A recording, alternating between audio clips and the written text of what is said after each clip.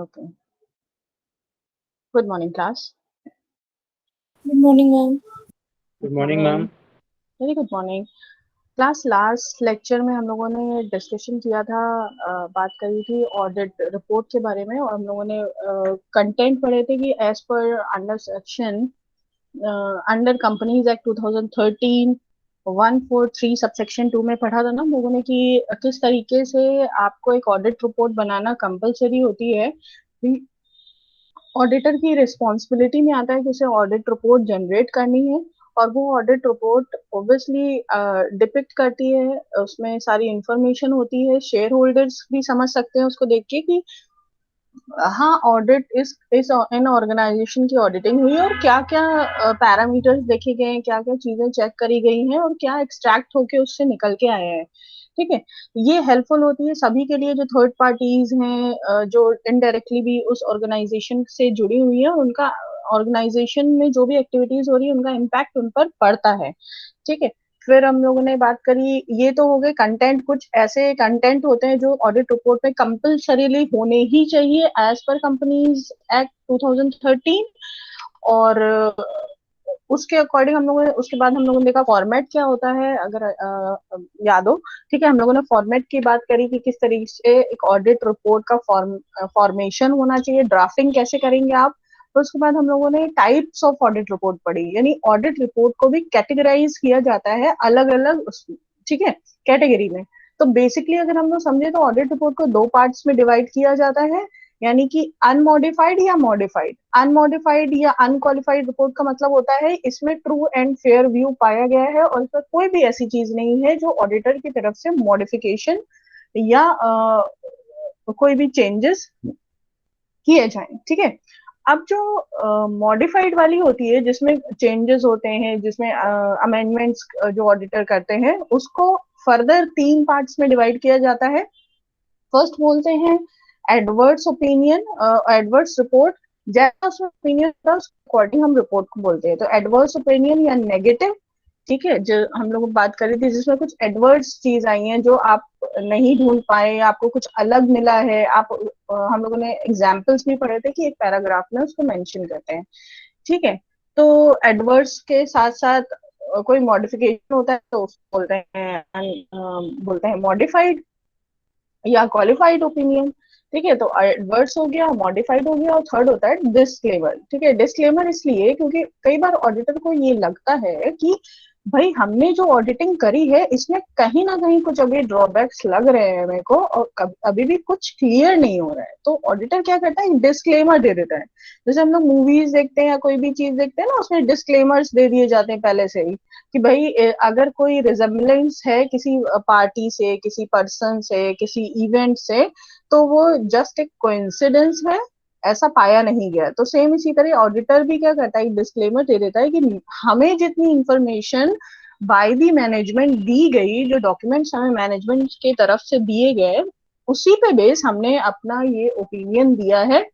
और फर्दर हमको ये इंफॉर्मेशन, और उसमें तीन होती है। फर्स्ट, अगर वो बात करते हैं, आपने देखा होगा ना तीनों एग्जाम्पल्स में हम लोगों ने बात करी, तो फर्स्ट हम लोगों ने बात करी थी बैलेंस शीट, फिर उसका cash flow, fund flow statement और प्रॉफिट एंड लॉस। यानी इन तीनों से जो भी इंफॉर्मेशन मिली है, अब क्योंकि जो फाइनेंशियल स्टेटमेंट की जब भी हम बात करते हैं ना किसी भी ऑर्गेनाइजेशन की, उस फाइनेंशियल स्टेटमेंट में उस कंपनी के एसेट्स, सारी जितनी करंट एसेट्स हैं, जितनी फिक्स्ड हैं, ठीक है, लाइबिलिटीज जितनी करंट है, जितनी लॉन्ग टर्म वाली लाइबिलिटीज हैं, ठीक, सारी चीजें मेंशन होती हैं। फिर उसके बाद प्रॉफिट एंड लॉस अकाउंट की अगर हम लोग बात करते हैं, तो प्रॉफिट एंड लॉस में सारे एक्सपेंसेस जितने भी डेबिट हुए हैं, कुछ ऐसे होते हैं जिनकी दो जगह एंट्रीज होती है, तो जैसे बहुत सारे प्रोविजंस होते हैं, कई चीजें ऐसी होती है जिनकी डबल जगह होती है एंट्रीज। ठीक, तो आपने वो बैलेंस शीट में भी एंट्री करी है, प्रॉफिट एंड लॉस में भी करी है या नहीं करी, तो बेसिकली इन इस फाइनेंशियल स्टेटमेंट से हम हर एक पॉइंट को मेजर कर सकते हैं और चेक कर सकते हैं,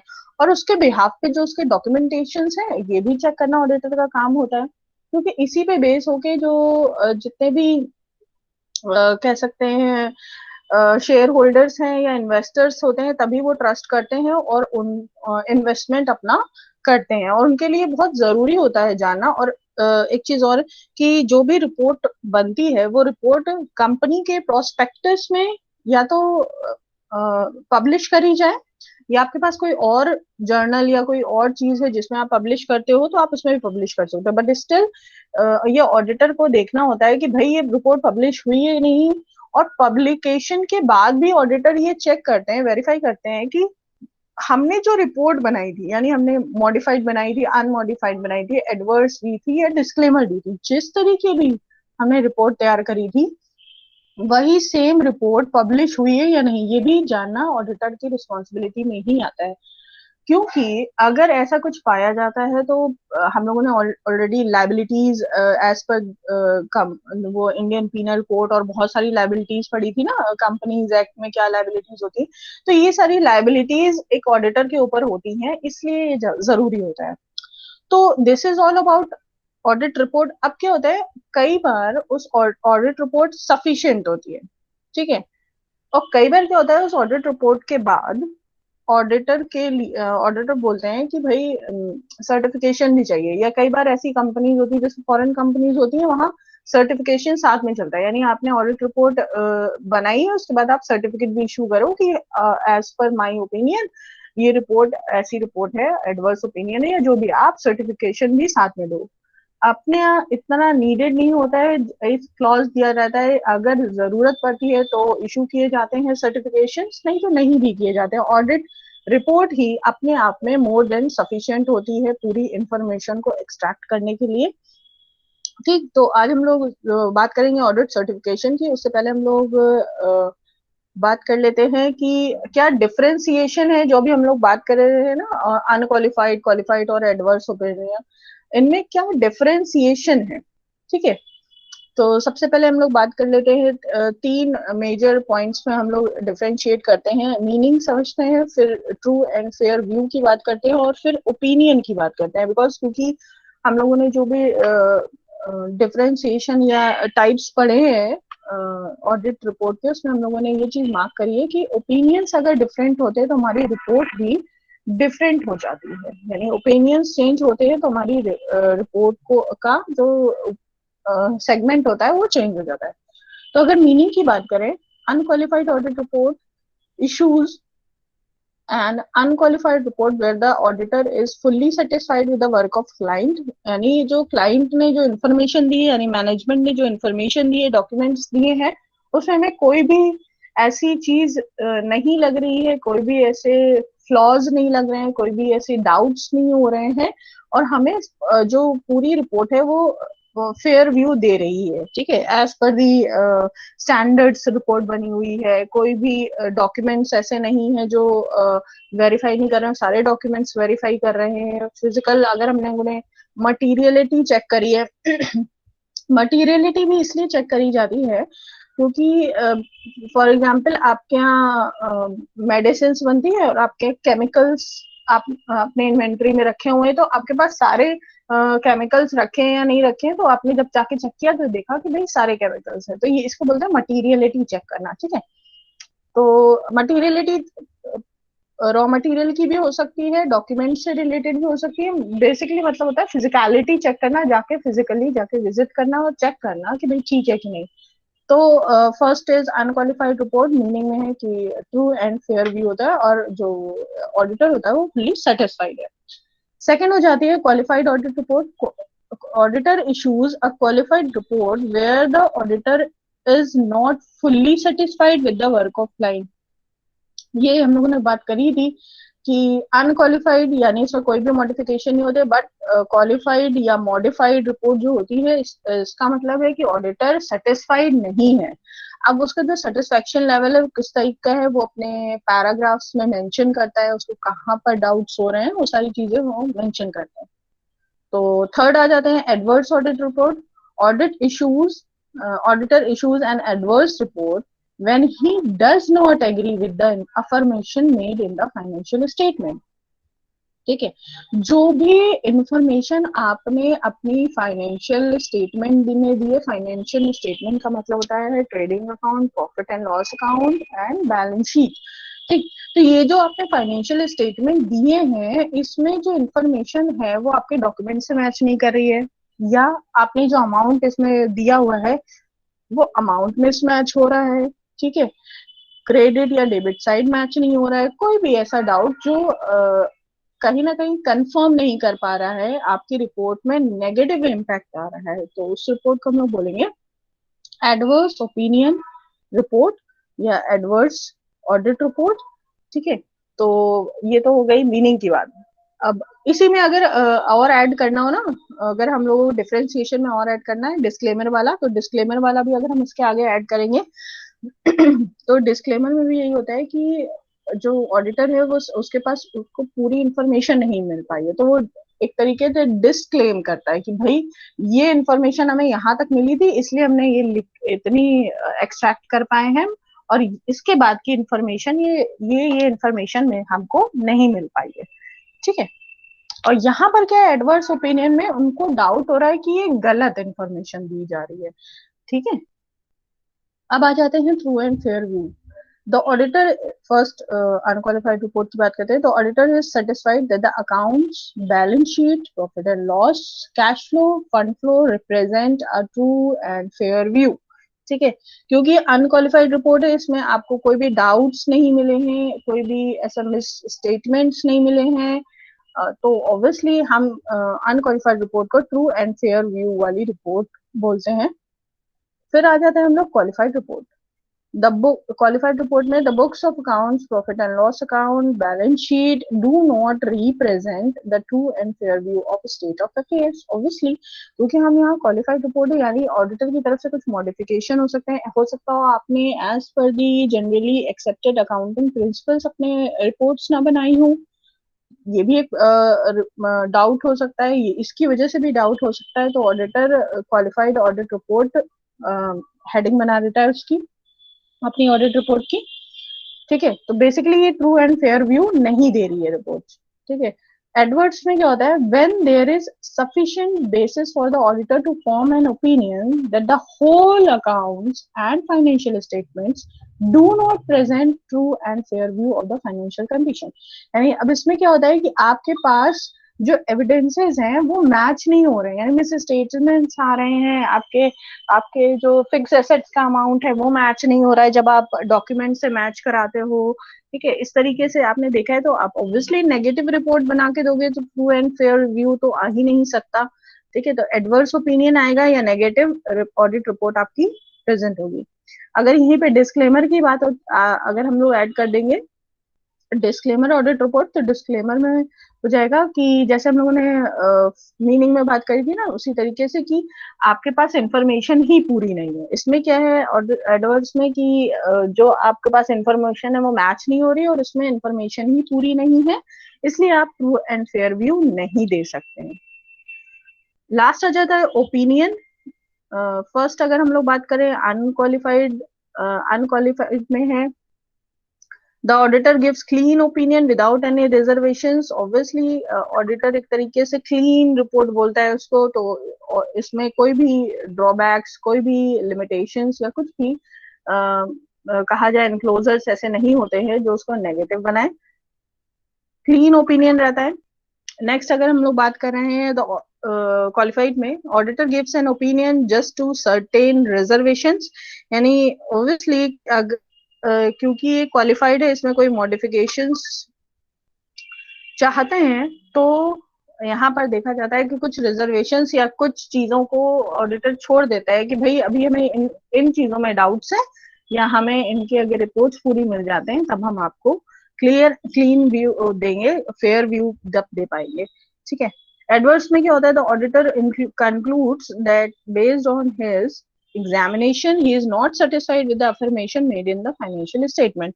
एडवर्ड्स ओपिनियन में ऑडिटर अपना ओपिनियन यही पोस्ट करते हैं कि भाई हमें जो इन्फॉर्मेशन मिल गई वो मैच नहीं हो रही है, हम सेटिस्फाइड नहीं है कि इन्होंने जैसा बोला है कि ये डिविडेंड भी दे रहे हैं अच्छे से, इनको प्रॉफिट्स लगातार आ रहे हैं, पर हमें कहीं ना कहीं कुछ डाउट्स लग रहे हैं और इसकी वजह से हम नेगेटिव ऑडिट रिपोर्ट इशू करते हैं। इसी में अगर हम लोग डिस्क्लेमर डाल दें तो डिस्क्लेमर में जो जो इन्फॉर्मेशन ऑडिटर को नहीं मिल पाती है, ऑडिटर उसके लिए डिस्क्लेमर इशू कर देता है कि भाई ये इन्फॉर्मेशन मेरे पास है ही नहीं, तो हम अपना ओपिनियन फॉर्म नहीं कर पा रहे हैं। तो these are the differentiation between the unqualified, qualified and adverse audit report. अब हम लोग बात कर लेते हैं what are the advantages.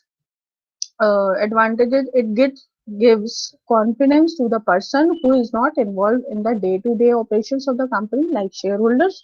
Obviously अगर जो ऑडिट रिपोर्ट होती है ना, इस पे ही सारी चीजें, सारे डिसीजंस बेस होते हैं बाकी के लोगों के जो उस ऑर्गेनाइजेशन में डायरेक्टली नहीं इन्वॉल्व होते हैं, बट उनकी एक्टिविटीज यानी उनके प्रॉफिट्स का उन पर असर पड़ता है। ऑब्वियसली शेयर होल्डर, अगर प्रॉफिट होगा उस ऑर्गेनाइजेशन को, तो शेयर होल्डर को पता होना चाहिए ना कि आपको प्रॉफिट अर्न हो रहा है और आप डिविडेंड्स नहीं दे रहे हो। ठीक है, तो जबकि आपकी डिविडेंड पॉलिसी तो कुछ और कह रही है, तो इस तरह की इंफॉर्मेशन कैसे मिलेगी अगर ऑडिट रिपोर्ट बेटर तरीके से एक्सट्रैक्ट करी गई होगी, लिखी गई होगी। नेक्स्ट है, it gives a true and fair financial picture of the company to the management and board of directors on which basis they can take actions for the future. Audit report पे ही base होके हम ये देखते हैं कि हमने last year कितना इन्वेस्टमेंट किया था, तो हमें कितना बेनिफिट हुआ। अगर कंपनी ग्रो कर रही है तो इसका मतलब हमें अपना इन्वेस्टमेंट इंक्रीज करना चाहिए। अगर हम इंक्रीज करें तो कितना इंक्रीज करें, तो वो हम ट्रेंड देखते हैं कि ऑर्गेनाइजेशंस में कितना अच्छा प्रॉफिट जा रहा है। ठीक है, ज्यादा अच्छा जा रहा है, आपको दिख रहा है ज्यादा बेनिफिट्स आने वाले हैं, तो आप ज्यादा इन्वेस्टमेंट इंक्रीज कर दोगे। तो बेसिकली ये सारे जो ट्रू एंड फेयर जो व्यू होता है फाइनेंशियल एसेट्स का, फाइनेंशियल चीजों का, ये बहुत ज्यादा बेस करता है डिसीजंस पे। तो ये जानना, ये हमें क्लियरली पता चल सकता है ऑडिटर की रिपोर्ट से। नेक्स्ट है, the audit helps in the identification of cost which can be saved with proper control. ये बहुत जरूरी होता है ना कि किसी भी चीज का कॉस्ट पता करना। ठीक है, तो अगर ऑडिटर अच्छे से ऑडिट करता है, सारी चीजें चेक करते हैं, तो हमें पता चल जाता है भाई कितनी कॉस्ट लगाई थी हमने, कितना हमें बेनिफिट हुआ है, कहाँ पे लॉस हो रहा है, कहाँ पे हमारे अकाउंट्स ठीक तरीके से बन नहीं पाए हैं। तो एक तरीके से जैसे डायग्नोस नहीं होते, डायग्नोस्टिक रिपोर्ट होती है, ऑडिटर उस कंपनी की उस फाइनेंशियल स्टेटमेंट जो होता है या financial position of the company होता है, उसका एक डायग्नोस कर देते हैं हमें, या स्कैन करके देते हैं ऑडिटर्स। तो ऑब्वियसली हमें बहुत, हमारे लिए बहुत हेल्पफुल होता है। हमारी एसेट्स कम हो रही हैं, हमारी लाइबिलिटीज अगर बढ़ रही हैं पिछले साल के रेशियो में हम देखें, तो इस बार हमारी जो लाइबिलिटीज हैं ज्यादा बढ़ गई, तो हम क्या करेंगे, कंट्रोल कर सकते हैं। ठीक है, नेक्स्ट है, the auditor checks the internal control of the company and reports whether internal controls are adequate और नॉट। इवन बहुत सारी ऑर्गेनाइजेशंस क्या करती हैं, अगर इंटरनली अपनी कॉस्टिंग पे, अपने पैरामीटर्स पे, स्टैंडर्ड्स पे अच्छी तरह से कंट्रोल करती है ना, तो उनके प्रॉफिट्स बढ़ते जाते हैं। यानी कई बार क्या होता है, कई बार उनको ज्यादा, कहते नहीं है कि आप ज्यादा प्रोडक्शन कर रहे हो, ज्यादा सेलिंग करोगे तभी आपको प्रॉफिट्स नहीं होंगे। कई बार क्या करते हैं, अगर हम वेस्टेजेस पे कंट्रोल कर लेते हैं तब भी हमारे प्रॉफिट्स इंक्रीज होते हैं। तो ये किसके हेल्प से होता है, ये होता है इंटरनल कंट्रोल के हेल्प से होता है। ठीक है, तो इंटरनल कंट्रोल टेक्निक हमारी ऑर्गेनाइजेशन में कितनी अच्छी काम कर रही है हमें तभी पता चल सकता है। नेक्स्ट है, it creates a safeguard for the company and responsibility among the employees of the company, and employees have fear that they can be caught in an audit if they are doing some wrong practice. Yes, auditors की जो reports होती है वो जितने भी, अगर आपके यहाँ कोई इंटरनल कंट्रोल टेक्निक यूज हो रही है तो आप पकड़ जाओगे अगर आप कुछ फ्लॉ कर रहे हो, कुछ गलत कर रहे हो।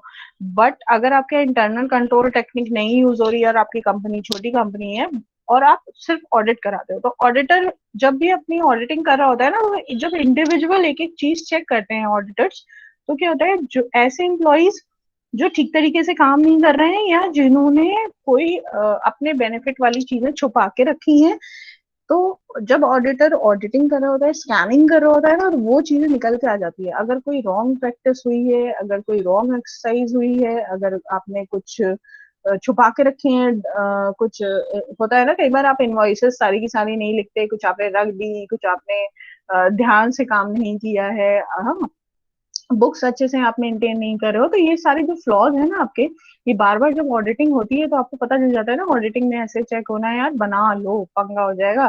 ठीक है, तो जो जितने भी ऑडिटिंग करने आते हैं वो एक एक चीज चेक करते हैं, तो जितने भी एम्प्लॉयज होते हैं ना उसके लिए पहले से प्रिपेयर हो जाते हैं, भाई ऑडिट टीम आ रही है, हाँ, बहुत प्रॉब्लम हो जाएगी अगर कुछ भी गलत निकल के आ गया, ठीक है। तो वो पहले से अवेयर रहते हैं, तो बार बार जब ये हम करने लगते हैं तो वो उसी के अकॉर्डिंग, यानी एज पर दी स्टैंडर्ड्स ही सारे काम करने लग जाते हैं। तो ये एडवांटेज ही है। नेक्स्ट है, bank will easily give loans to the company based on qualified auditor's report. Obviously जिस तरीके हमारे लिए होता है ना सिविल रिकॉर्ड जिसको हम लोग बोलते हैं, कि आपका क्रेडिट अच्छा है तो आपको लोन्स मिल जाते हैं आसानी से, सेम इसी तरीके कंपनीज के लिए भी होता है। अगर कंपनीज की रिपोर्ट क्वालिफाइड रिपोर्ट है, ठीक है, सॉरी, अनक्वालिफाइड रिपोर्ट है, उसमें कोई मॉडिफिकेशंस नहीं हुए हैं, तब ये माना जाता है कि भाई आपकी जो व्यू उसमें ट्रू एंड फेयर व्यू दिया गया है, आपकी रिपोर्ट्स क्लियर हैं, आपको लोन्स आसानी से मिल जाते हैं। नेक्स्ट हम लोग बात कर लेते हैं डिसएडवांटेजेस की। It is an extra cost to the company and sometimes it becomes a costly affair for small business organization, no doubt. Disadvantages में एक बड़ा डिसएडवांटेज है, बिकॉज कई बार क्या होता है कि जो छोटी कंपनीज होती हैं वो इस तरह के प्रोग्राम्स में जब इंडल्ज होती है तो उनका वो कॉस्ट ज्यादा आ जाती है उनको बार बार इस तरह की एक्टिविटीज में पार्टिसिपेशन के लिए। इसलिए वो हमेशा कोशिश करते हैं कि उनके accounts up to the mark हो, उसमें कोई प्रॉब्लम्स ना हो, उसमें कोई फ्लॉज ना हो, जिसकी वजह से उनको ज्यादा कॉस्ट बियर ना करनी पड़े। तो फिर भी ये एक डिसएडवांटेज है for small organisation. Sometimes employee got harassed and not expressed their new idea if they have more fear for audit. या ये भी हो जाता है कई बार, क्या होता है आप ऑडिटिंग से इतना ज्यादा मतलब डरे हुए हो जाते हो ना कि अरे ऑडिट हो रहा है, अरे ऑडिट हो रहा है, अभी जैसा बोला गया वैसे ही करना है। तो कई बार क्या होता है आपको वही काम, सेम वही काम करने का आपके पास आसान तरीका या आपको आपको ज्यादा बेटर तरीका आता है, बट स्टिल आप स्टैंडर्ड्स पे या जो कहा जाए कि जो फॉर्मेट है उस पे जाने की वजह से आप वो आइडियाज, वो इनिशिएटिव, वो वॉलंटियरिंग आप नहीं कर पाते हो। तो ये एक डिसएडवांटेज है। नेक्स्ट है, if the auditor does not give the correct opinion in his audit report then there may be a chance that management will take wrong actions and decisions. ये भी एक डिसएडवांटेज है कि ऑडिटर की report में आप भाई ऑडिटर ने अगर अपना ओपिनियन ठीक तरीके से फॉर्म नहीं किया तो आप उनके ओपिनियन से आप करेक्ट इंफॉर्मेशन या करेक्ट डिसीजंस नहीं ले पाते हो, रॉन्ग आइडिया, रॉन्ग एक्सपेक्टेशन कर लेते हो। सेम यही शेयर होल्डर्स के साथ भी होता है। शेयर होल्डर्स की भी इमेजिनरी जो एक्सपेक्टेशंस होती हैं वो कई बार क्या होता है गलत पाथ की तरफ चली जाती हैं।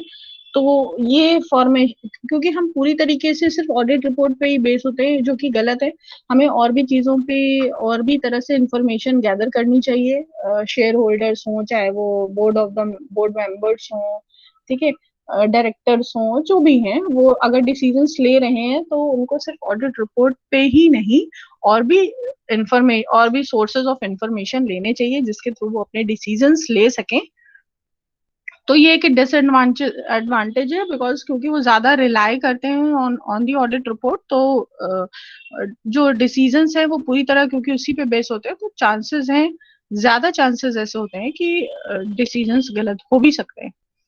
नेक्स्ट डिसएडवांटेज है, auditor must have a good knowledge of business nature, business processes, otherwise this will impact the audit report.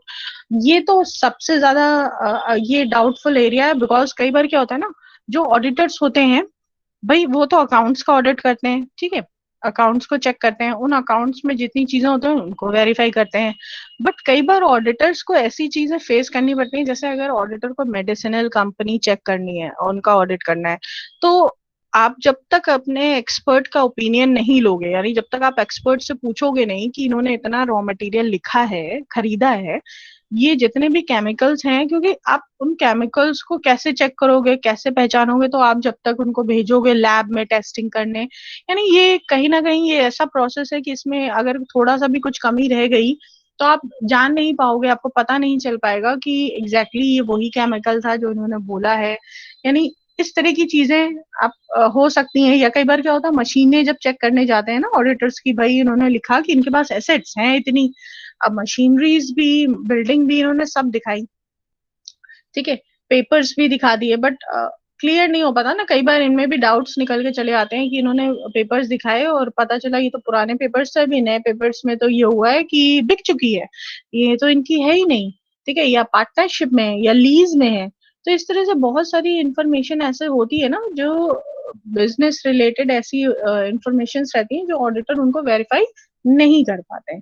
उसके लिए उनको एक्सपर्ट का ओपिनियन चाहिए ही होता है। जैसे फॉर मशीनरी, अगर वो एक्सपर्ट को नहीं लेकर जाएंगे, ऐसे लोगों को नहीं लेकर जाएंगे जो ये चेक कर पाए कि मशीनें चल भी रही हैं कि नहीं चल रही हैं, क्योंकि आपने तो देखा कि भाई मशीन तो है, अब वो चल रही है नहीं चल रही, कितना काम कर रही है, कितना प्रोडक्शन करके दे रही है, लेकिन उन्होंने वो अपनी एसेट्स में इंक्लूड करके रखी हुई है, ठीक है। तो इस तरह की इंफॉर्मेशन के लिए ऑडिटर को रिलाई करना पड़ता है ऑन दी एक्सपर्ट्स और information given by the company board members, जो भी मैनेजमेंट की तरफ से इंफॉर्मेशन आती है उसी पर रिलाई करना पड़ता है। तो कहीं ना कहीं ये इम्पैक्ट डालता है ऑडिटर की रिपोर्ट पे।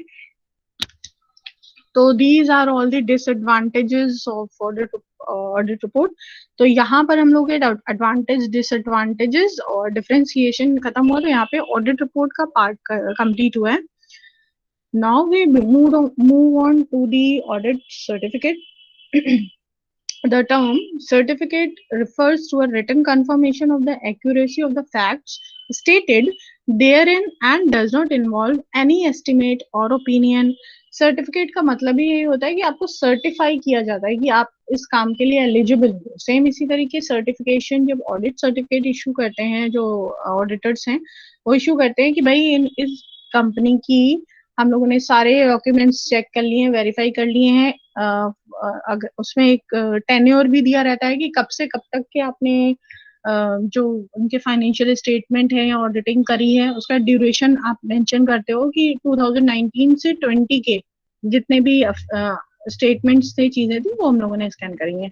ऑडिट सर्टिफिकेट तभी तक के लिए इशू होता है, ठीक है, जो भी फाइनेंशियल ईयर होता है ये उसी पे बेस ऑडिट सर्टिफिकेट इशू होता है। हर बार जरूरी नहीं होता है कि ऑडिटर सर्टिफिकेट इशू करे, ये डिपेंड करता है नीड पे। अगर आप एक्सपोर्ट कर रहे हो तो ऑडिट सर्टिफिकेट नीडेड होता है, बिकॉज जितनी भी फॉरेन कंट्रीज हैं वहां पर ऑडिट सर्टिफिकेट ही चलता है, क्योंकि आप पूरी ऑडिट रिपोर्ट तो हर किसी को ले जाके दिखा नहीं सकते ना। तो आप सर्टिफिकेशन दे देते हो तो उससे ये क्लियर हो जाता है कि भाई आपके यहाँ ऑडिटिंग हो चुकी है, तो हम रिलाई कर सकते हैं कि आपने अपनी ऑडिटिंग करा ली। इट मीन्स, क्योंकि ऑडिटिंग में क्या होता है, जब भी एक कंपनी दूसरी कंपनी से बिजनेस करती है ना, तो उनके कंप्लायंस भी चेक करती है। कंप्लायंस इसलिए जरूरी होते हैं ना, आपके यहाँ अगर कोई मिस हैपनिंग हो जाती है, जैसे होता है ना आपकी कंपनी एनवायरमेंट फ्रेंडली है या नहीं है, उसका सर्टिफिकेशन होता है, फायर का सर्टिफिकेशन होता है, एनओसी आपने फायर डिपार्टमेंट से ली है या नहीं ली है। क्योंकि अगर हम आपकी कंपनी के साथ बिजनेस कर रहे हैं और कुछ ऐसी मिस हैपनिंग हो जाती है, तो हम भी तो प्रोटेक्टेड रहें। तो हम प्रोटेक्टेड रहेंगे ये हमें कैसे पता चलेगा? Through the certification. तो यहाँ पर उसी सर्टिफिकेशन की बात हो रही है। इसी तरह ऑडिटर्स भी सर्टिफिकेट्स इशू करते हैं, जिससे कि जो शेयर होल्डर्स हैं, जो थर्ड पार्टीज हैं, वो रिलाय हो सके कि भाई ऑडिट रिपोर्ट कंप्लीट है, एक्यूरेसी भी है, और इसका मतलब इन्होंने उस टेन्योर की पर्टिकुलर जिसमें हम इनके साथ बिजनेस करना चाह रहे हैं उसका ऑडिट सर्टिफिकेशन भी इनके पास है।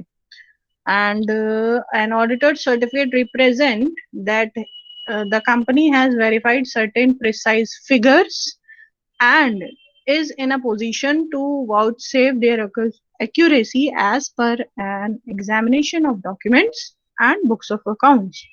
सेकेंडरी बात यह है कि आपके ऑर्गेनाइजेशन की एसेट्स जितनी आपने मेंशन करी हैं वो उतनी है, ठीक है। आप फ्रॉड कंपनी नहीं हो, क्योंकि पहले बहुत होता था ना कि एक महीना लग रहा है प्रोडक्ट परचेज करने के बाद प्रोडक्ट रिसीव होने में। और होता क्या था कि जब तक प्रोडक्ट पहुंच रहा है, रिसीव हो रहा है, आपने बोल दिया कि भाई इनकी क्वालिटी ठीक नहीं है, ठीक है, आपने अमाउंट, अब आप प्रोडक्ट वापस तो भेज नहीं रहे हो, ठीक है, तो डूब गया पैसा सामने वाले का। तो ऑडिट से ये हो जाता है ना कि एक कहीं ना कहीं रिलाय हो जाता है कि ये कंपनी ठीक तरीके से काम कर रही है और उनको प्रॉफिट्स भी हो रहे हैं, उनके पास इतनी एसेट्स भी हैं। तो जितनी फैक्ट्स एंड फिगर्स हैं उनका वेरिफिकेशन हो जाता है बेसिकली। तो कंपनीज बिजनेस करने के लिए जरूर देखना चाहती हैं कि आपके पास ऑडिट सर्टिफिकेट ऑडिटर के जो तरफ से दिया गया है वो है या नहीं है। ठीक है। और क्योंकि जो ऑडिटर्स होते हैं ना उनके ऊपर दो तरीके से, एक तो कंपनीज एक्ट, क्योंकि वो कंपनी के ऑडिटर होते हैं तो कंपनीज एक्ट भी वैसे ही काम करता है, और सिमिलरली उनके पास चार्टर्ड अकाउंटेंट एक्ट 1949 फिर भी उनके ऊपर दबाव रहता है। ठीक है, कि वो कोई भी अनएथिकल चीजें ना कर पाए, क्योंकि उसमें भी जो चार्टर्ड अकाउंटेंट एक्ट है उसमें भी जो एक ऑडिटर के रूल्स रेगुलेशंस और जो भी ड्यूटीज लाइबिलिटीज है ना वो उसमें भी मेंशन करी गई हैं। तो कहीं ना कहीं बाउंड हो जाते हैं ऑडिटर्स उस पे भी। ठीक है, तो सर्टिफिकेट तभी इशू करते हैं जब वो प्रॉपरली चीजों को चेक कर लेते हैं। फिर अगर हम लोग फीचर्स की बात करें ऑडिट सर्टिफिकेट की, तो जल्दी से देख लेते हैं। Auditor should see that there is suitable declaration by the management about the subject matter. Auditor certificate तभी इशू करते हैं जब वो देख लेते हैं, तभी डिक्लेरेशन एक तरीके से तभी देते हैं जब वो देख लेते हैं कि मैनेजमेंट ने जो इन्फॉर्मेशन दी है वो ऑडिट रिपोर्ट से या फाइनेंशियल स्टेटमेंट से मैच हो रही है। Auditor should give the certificate on his letter और letter head or on a stationery carrying his name and address to avoid misunderstanding. Obviously, auditor अपने लेटर हेड पे इसीलिए देते हैं ताकि उसके रिजेम्बलेंस ना हो पाए, ताकि कोई और उसे इशू ना कर पाए और एक ट्रस्ट बने, तो इसलिए वो अपने लेटर हेड पे करते हैं, या कोई और स्टेशनरी हो जिसपे उन्होंने प्रिंट करा के रखा हो पहले से ही एड्रेस और सारी चीजें। और ऑडिटर का एक नंबर भी होता है तो वो अपना नंबर भी उसमें मेंशन करते हैं स्टैम्पिंग के साथ में। Next है auditor should clearly state his limitations and indicate the extent to which he has relied upon a technical expert if any. Auditor ये भी देखते हैं कि अगर लिमिट, अगर वो, जैसे हम लोगों ने भी एग्जाम्पल में बात करी ना कि अगर वो किसी फार्मा कंपनी को ऑडिट करते हैं तो ऑब्वियसली उन्होंने किसी एक्सपर्ट की हेल्प ली होगी। ठीक। या अगर सॉफ्टवेयर बनाने वाली कंपनी को चेक करते हैं तब भी उनको कोई एक ऐसा एक्सपर्ट चाहिए होगा जो ये चेक करके बताए कि भाई हाँ ये इन्होंने सॉफ्टवेयर बेचे हैं और या ये सॉफ्टवेयर इनके ऑर्गेनाइजेशन में यूज हो रहे हैं, उसके बारे में उन्हें इंफॉर्मेशन होती है, नॉलेज होती है। तो जो भी लिमिट दायरा है ना, किस टेक्निकल वो दायरा, उसमें अंदर जाने के लिए कौन सा टेक्निकल हेल्प ली है ऑडिटर ने, ये उसमें मेंशन होना चाहिए अगर किसी भी और पर्सन की हेल्प ली है। Auditor should indicate the specific record covered by the certificate. Auditor certificate तभी इशू करता है जब उसमें जितने भी इन्होंने रिकॉर्ड्स हैं वो वेरीफाई कर लिए हैं, और उनको अगर रिकॉर्ड्स नहीं मिले तो वो सर्टिफिकेट कभी इशू नहीं करते हैं। अगर कभी भी डाउट्स रहते हैं तब भी वो सर्टिफिकेट्स इशू नहीं करते हैं। ठीक है। लास्ट है auditor should mention the manner in which the audit was conducted. एक जर्नल एक लाइन लिख दी जाती है कि एज पर दी रूल्स एंड रेगुलेशन लिख दी जाता है। उससे ये समझ में आ जाता है कि आपने जो रूल्स एंड रेगुलेशन है उसी के अकॉर्डिंग ऑडिट किया है कि नहीं किया है, क्योंकि कई बार क्या होता है कंपनीज सपोर्ट नहीं करती ऑडिटिंग में और वो मना कर देती है कि भाई हम ये मेरी हमारी पर्सनल इन्फॉर्मेशन है, ये बिजनेस से रिलेटेड, ये हम हमारी लीक हो जाएगी इसलिए हम आपको इन्फॉर्मेशन नहीं देंगे। तब भी ऑडिटर मना कर देता है ऑडिट सर्टिफिकेट इशू करने से। तो जो मैनर है, जो फॉर्मेट है, जैसे हम लोगों ने स्टार्टिंग में पढ़ा था ना, ऑडिट प्रोसेस जो प्रोसेस है वो फॉलो होना चाहिए। नेक्स्ट है auditor should give clear title to it. Auditor अपनी रिपोर्ट या सर्टिफिकेट को क्लियर टाइटल देता है, जैसे सबसे ऊपर लिखा ना इंडिपेंडेंट ऑडिटर्स रिपोर्ट मेंशन होना चाहिए। अगर इंडिपेंडेंट नहीं है, कोई और प्रॉब्लम्स आ रही है तो वो ऑडिटर रिपोर्ट मेंशन करेगा, इंडिपेंडेंसी नहीं दिखाएंगे। या ओपिनियंस की बात करेंगे तो सर्टिफिकेशन में वो जरूर मेंशन करेगा कि हमने इसमें डिस्क्लेमर ऑफ ओपिनियन दिया है या एडवर्स ओपिनियन दिया है। ठीक है। तो ऑडिट सर्टिफिकेट इशू करने का कोई मतलब फिर रह नहीं जाता ना, रिपोर्ट फिर से बनाओ, अपना पूरे अकाउंट्स फिर से बनाओ। नेक्स्ट है auditor auditor should be careful while interpreting any law related matters. He should clearly mention that he is expressing merely his own opinion. क्योंकि लॉ में बहुत सारी चीजें दी गई हैं, इसलिए ऑडिटर जो ओपिनियन फॉर्म करता है वो अगर वो खुद का ओपिनियन फॉर्म कर रहा है तो हमेशा उसको लिखने से पहले वो बहुत बार उसको कहते हैं रिसर्च वर्क करते हैं कि क्लियरली वो ये बात बोलते हैं कि हाँ मैं इन्फॉर्मेशन पूरी नहीं मिली, या कई बार भाई ऐसा तो नहीं इन्फॉर्मेशन आपको मैनेजमेंट की तरफ से पूरी मिली हो, आपने वेरीफाई नहीं करी है, ऐसा है क्या? तो ये चेक करना पड़ेगा ऑडिटर को। ऐसा ना हो कि वो बाउंड कर दिए जाए बाय लॉ और उनके ऊपर कोई लाइबिलिटी या उनको पिनलाइज किया जाए। नेक्स्ट है, auditor should, if he has referred the audited statement, clearly mention that the figures are used from the audited statement and relied upon। और ऑडिटर अपने सर्टिफिकेशन में एक लाइन ये भी मेंशन करते हैं कि जितने भी फैक्ट्स एंड फिगर्स थी वो सारी correct, true and fair view दे रही हैं उस ऑर्गेनाइजेशन का।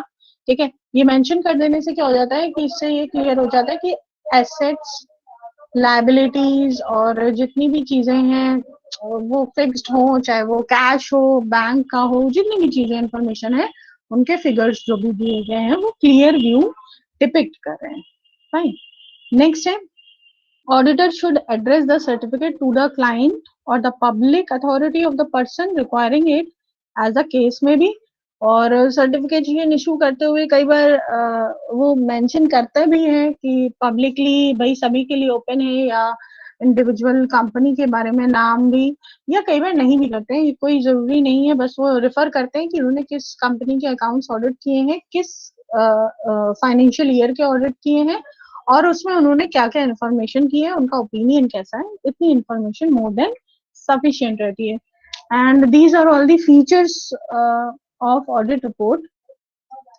या एलिमेंट्स हम लोग भी कह सकते हैं, एलिमेंट्स भी यही है। अगर हम लोग ऑडिट सर्टिफिकेट की बात करेंगे तो ऑडिट रिपोर्ट के बाद ऑडिट सर्टिफिकेशन अगर इशू किया जाएगा तो ये फीचर्स और ये पॉइंट्स जरूर मेंशन होने चाहिए ऑडिटिंग रिपोर्ट में। इसके बाद हम लोग देख लेते हैं, ठीक है, ये एक स्पेसिमेन है सर्टिफिकेट का। ये यहाँ पर लेटर हेड का रहता है। लेटर हेड में जो चार्टेड अकाउंटेंट है या अगर एसोसिएशन है, इंडिविजुअल है या एसोसिएशन है, जो भी है, ऊपर मेंशन होता है लेटर हेड, यहाँ पर रेफरेंस नंबर, डेट, सारी चीजें। कई बार ऊपर एड्रेस होता है, कई बार नीचे, सबसे नीचे एड्रेस, ईमेल आईडी मेंशन होता है, वो डिपेंड करता है। ठीक है, तो इस तरीके से ये ऑडिट फॉर्मेट है। यहाँ पे यहाँ पर ऐसे भी स्टार्ट हो सकता है, टू whom, सो इट, ऐसे करके स्टार्ट होता है, या फिर ऐसे भी हो सकता है, we certified that on the basis of the checks carried out by us and the information and explanation given to us। ठीक है, इस तरह से स्टार्ट करके वो कब से कब तक की उन्होंने अकाउंट्स ऑडिटेड किए हैं वो मेंशन कर देंगे। और नीचे सबसे लास्ट वाली लाइन में वो मेंशन कर देते हैं कि उनका जो ओपिनियन है वो क्वालिफाइड ओपिनियन है, अनक्वालिफाइड ओपिनियन है। ठीक है, जैसा भी उनका ओपिनियन है वो क्लियर कर देते हैं। यहाँ पे लास्ट में नीचे सिग्नेचर और सील ऑफ चार्टर्ड अकाउंटेंट और डेट मेंशन होती है जब सर्टिफिकेट इशू किया जा रहा हो। तो ये स्पेसिमेन हो गया। इसके बाद हम लोग जल्दी से देख लेते हैं ऑडिट रिपोर्ट और ऑडिट सर्टिफिकेट में क्या डिफरेंस है। इतना पढ़ने के बाद तो हम लोग काफी कुछ समझ गए होंगे कि ऑडिट रिपोर्ट और सर्टिफिकेट में क्या डिफरेंशिएशन है, बट स्टिल उनको बेसिस पे अलग अलग हम लोग डिफरेंशिएट कर लेते हैं। फर्स्ट है meaning. Audit report is a statement of collected and considered information. Obviously जो ऑडिट रिपोर्ट होती है वो थरली जो कलेक्टेड डेटा होता है उस पर बेस होके बनाते हैं, और ये थोड़ी लेंदी होती है। बट अगर हम लोग सर्टिफिकेशन की बात करें तो एक तरीके से रिटन कंफर्मेशन होता है। ठीक है, कि आपने अकाउंट, जो ऑडिट रिपोर्ट में जो अकाउंट्स है वो आपने क्लियरली चेक किए। ओपिनियन की अगर बात करें, in the opinion audit report contains the opinion of the auditor on the accounts. और ऑडिट सर्टिफिकेट की बात करें, while audit certificate does not contain any opinion but only confirm the accuracy of the figures. Audit report में auditor अपनी पूरा opinion देता है, but जो सर्टिफिकेशन होता है उसमें ओपिनियन नहीं देते, वो ये कंफर्म करते हैं कि हमने कौन सा ओपिनियन दिया। ठीक है, बेसिस क्या है, audit report is made out on the basis of information obtained, books of accounts, financial statement, और इस पे बेस होते हैं। ऑडिट सर्टिफिकेट ऑडिट रिपोर्ट पे बेस होता है। ठीक है, ऑडिट रिपोर्ट किस पे, books and account, financial statement, इन सब पे बेस होती है, और सर्टिफिकेट जो होता है वो ऑडिट रिपोर्ट पे बेस होता है। गारंटी, कि अगर हम लोग बात करें तो audit report may not guarantee correctness of financial statement in absolute term, क्योंकि ये रिपोर्ट होती है लेंदी, और ऑडिट रिपोर्ट ये कंफर्म नहीं करती कि भाई आपको जितनी इंफॉर्मेशन उन्होंने हमें दी है हमने उसके अकॉर्डिंग जो भी फाइनेंशियल स्टेटमेंट में जो भी चीजें दी है हमने उसके अकॉर्डिंग अपनी रिपोर्ट फॉर्मेट करी है, रिपोर्ट बनाई है। लेकिन ऑडिट सर्टिफिकेट ऑडिट रिपोर्ट के जो फैक्ट्स एंड फिगर्स है उनका कंफर्मेशन देता है, बट इसमें फिर भी ऑडिट रिपोर्ट में ये चीजें होता है ना कि ओपिनियन अगर ऑडिटर ने अपना दे दिया तो उसके अकॉर्डिंग उसी पे बेस्ड रहती हैं चीजें, कंफर्मेशन नहीं हो पाता। बट सर्टिफिकेशन जो होता है वो एक तरीके से कंफर्मेशन ही होता है कि भाई हाँ ऑडिट रिपोर्ट कंप्लीट है और इसमें इस तरह का ओपिनियन है। Coverage audit report always covers entire accounts, audit report सारे अकाउंट्स ऑब्वियसली सब कवर करता है, बट ऑडिट सर्टिफिकेट सिर्फ और सिर्फ ऑडिट रिपोर्ट को कहा जाए कवर करता है, उसके अलावा और किसी चीज को और कवर नहीं कर पाता, क्योंकि उसे सर्टिफिकेशन है कि आपने ऑडिट रिपोर्ट बनवाई है। रिस्पॉन्सिबिलिटी की अगर हम लोग बात करें, audit report does not hold auditors responsible for anything. Yes, audit report बनाने के बाद भी ऑडिटर के ऊपर रिस्पॉन्सिबिलिटी तो रहती है कि भाई आपने, बट उसके ये भी होता है ना कि आपको इन्फॉर्मेशन जो मैनेजमेंट की तरफ से दी गई वो ही सही नहीं दी गई तो ऑडिटर के ऊपर रिस्पॉन्सिबिलिटी नहीं आती है। बट अगर हम सर्टिफिकेट इशू कर देते हैं और हम बोलते हैं कि हाँ ऑडिट रिपोर्ट क्लियर है, तो कहीं ना कहीं वो सर्टिफिकेशन ऑडिटर, क्योंकि ऑडिटर इशू कर रहा है तो वो ऑडिटर के लिए ही एंड से रिस्पॉन्सिबल होता है ऑडिटर उसके लिए। सजेशंस, ऑडिट रिपोर्ट में provide certain suggestions for improvement. Obviously audit report में सजेशंस होते हैं इम्प्रूवमेंट के लिए, इसीलिए बार बार बोला जा रहा है ना मैनेजमेंट की रिस्पॉन्सिबिलिटी रहती है, चेंजेस हो सकते हैं, बट ऑडिट सर्टिफिकेट में कोई सजेशंस नहीं होते हैं। नेचर क्या है, audit report is based on the vouching verification, इस पे बेस होता है। ऑडिट सर्टिफिकेशन जो फैक्ट्स और फिगर्स की कहा जाए जो एक्यूरेसी होती है उस पर बेस होता है कि भाई आपने ऑडिट रिपोर्ट में ये लिखा था और ये इसके अकॉर्डिंग चेक है, इसलिए हम सर्टिफिकेशन इशू कर रहे हैं। Scope, audit reports cover all the transactions. Yes, audit report सारे ट्रांजेक्शंस कवर करता है क्योंकि ये फाइनेंशियल स्टेटमेंट के ऊपर बनाई जाती है ऑडिट रिपोर्ट।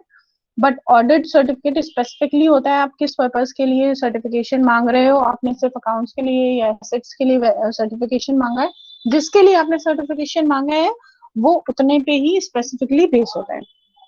कैरेक्टरिस्टिक्स की बात करें तो audit report is subjective, obviously audit report thoroughly बनाया जाता है, ओपिनियन होता है तो ये सब्जेक्टिव है। बट ऑडिट सर्टिफिकेट ऑब्जेक्टिवली किसी फैक्ट की बात को कंफर्म कर रहा है बस। ठीक है, फॉर्म की बात करें, audit report is required to be presented in the prescribe format. Audit report का एक फॉर्मेट होता है, आपको बाय द लॉ दिया जाता है और उसी पे आपको बेस होके बनाना पड़ता है। ऑडिट सर्टिफिकेट में जैसे कॉस्ट ऑडिट या कई ऐसी चीजें हैं जिनका अगर सर्टिफिकेशन होता है तो उसका एक फॉर्मेट दिया गया है, बाकी सबका कोई फॉर्मेट नहीं होता। एक बस ये होता है कि लेटर हेड पे इशू करना है आपको और वेरीफाई करनी है सारी चीजें आपको, तो आपको कुछ उसमें एक तरीके से 2-3 पैराग्राफ में उसको समराइज करना होता है। तो ये तो हमारा हो गया है यहाँ पे audit report and audit certificate में डिफरेंशिएशन। यहाँ पर हमारा ऑडिट रिपोर्ट और ऑडिट सर्टिफिकेट वाला टॉपिक खत्म होता है क्लास। किसी को और कोई क्वेश्चंस हो, डाउट्स हो तो आप पूछ सकते हो। एंड आप सबने अपनी अटेंडेंस मेंशन कर दी है। विवेक, अनमोल, तैयबा, रक्षा, मेघना, शिवानी, वंशिका, तुलिका, आयुषी, दीपाली, मुस्कान, प्रखर, जया, स्नेहिल।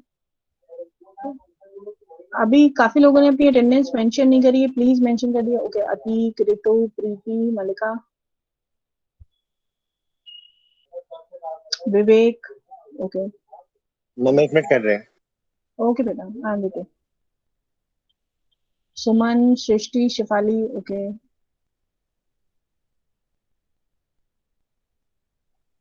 Harshita. Yes, students please do mention your attendance. Okay, Utkarsh, Preeti, fine. Class आप सबने अपनी अटेंडेंस मेंशन कर दी? Okay, Sakshi, Deepali, Deepali attendance mention कर दी? Yes ma'am. ओके बेटा, ओके बेटा। मैम हमारी क्लास में 3 उत्कर्ष हैं ओके, और मैम 2 उत्कर्ष जो है हम और एक और उत्कर्ष है जो उत्कर्ष 1 और 2, हम दोनों के पापा का नाम भी सेम है, सरनेम भी सेम, पापा का नाम भी सेम। अच्छा, वो बता दिया। हम्म, इसीलिए फर्स्ट सेकंड डालना पड़ता हम लोगों को। नहीं नहीं, अच्छा क्या डाल दिया। और हम समझ में भी आ रहा है ना, कुछ तो क्लास ही नहीं अटेंड करते तो वो पहले ही से दिमाग में जाता है। ना मैम वो वाला उत्कर्ष करता है, वो पढ़ने हाँ, में भी वो अच्छा करता है, है। हमसे अच्छा ही है, वो पढ़ने में भी अच्छा है हमसे। Okay, thank you class. सबने अपनी अटेंडेंस दे दी है ना class? Yes thank ma'am. You ma'am. Okay बेटा। Thank you ma'am.